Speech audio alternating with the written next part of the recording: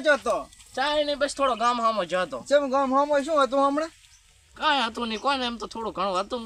ચમ વતરથી લપકા ના કરો પાછા ઓય આ ડોહો ડોશી કોઈ ખબર છે ને તાર બેન?